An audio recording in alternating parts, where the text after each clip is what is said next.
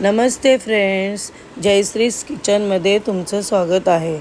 चला तर आपण बघूया गाजराचा हलवा. गाजराचा हलवा बनवण्यासाठी सर्वप्रथम गाजर स्वच्छ धुवून बारीक किसून घेतलेले आहे. किसून झाल्यानंतर लागणारं साहित्य: दूध, बारीक केलेले काजू बदाम, साखर, अमूलचं घी, खवा आणि इलायची पावडर. सर्वात प्रथम एका कढईमध्ये 2 चम्मच घी, त्यामध्ये काजू बदाम बारीक केलेले खरपूस भाजून घेते. भाजून झाल्यानंतर किसून झालेले गाजर कढईमध्ये टाकून व्यवस्थित मिक्स करून घेते.